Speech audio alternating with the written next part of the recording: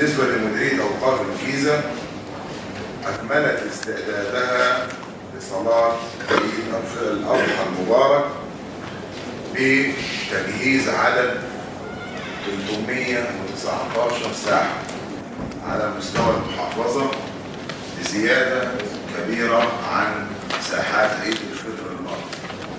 وإحنا كان لنا فلسفة في زيادة عدد الساحات. كان يتحدث البعض بأن الأوقاف يعني بتحاول تقليص عملية الساحات. لا، احنا قلنا الساحات طالما تحت سيطرتنا وبالتنسيق مع الجهات الأمنية، وأنا بقول يا ريت مزيد من الجهد الأمني والتعاون مع مديرية أوقاف الجيزة. هذه الساحات مجهزة الآن وبها أكفأ علماء وأزاهرة لإمامة المسلمين في صلاة عيد الأضحى إن شاء الله تعالى.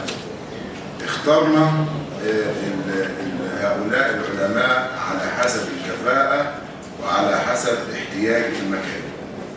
لكل ساحة اثنان من العلماء، وهذه خدمة نقدمها للمواطنين ونهنئهم بمناسبة العيد ونقول لهم إن شاء الله نحن معكم بكلمتنا المعتدلة الراقية التي يحبها شعب مصر.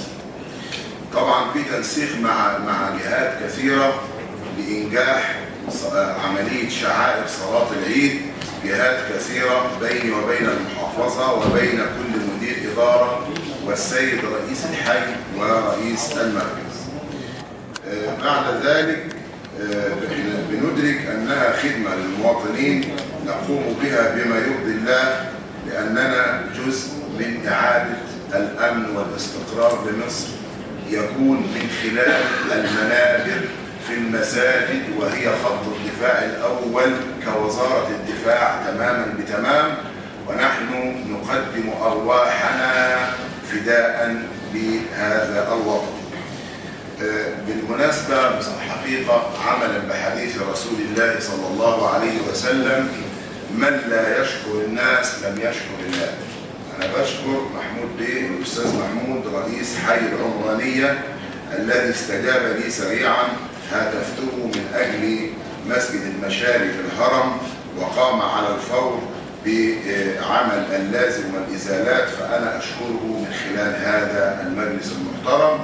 وإنني في النهاية أقول للجميع كل سنة وأنتم طيبين، واطمئنوا على ساحات صلاة العيد، استبعدنا كل أصحاب الأفكار الهدامة، ونحن نقف لهم بالمرصاد سواء في صلاة الجمعة أو في الأعياد أو في أي مكان. نحن نقف بأنفسنا ولا نعتمد على الجهات الأمنية، وإن كنا نعول عليها إن شاء الله في المستقبل. وكل عام وأنتم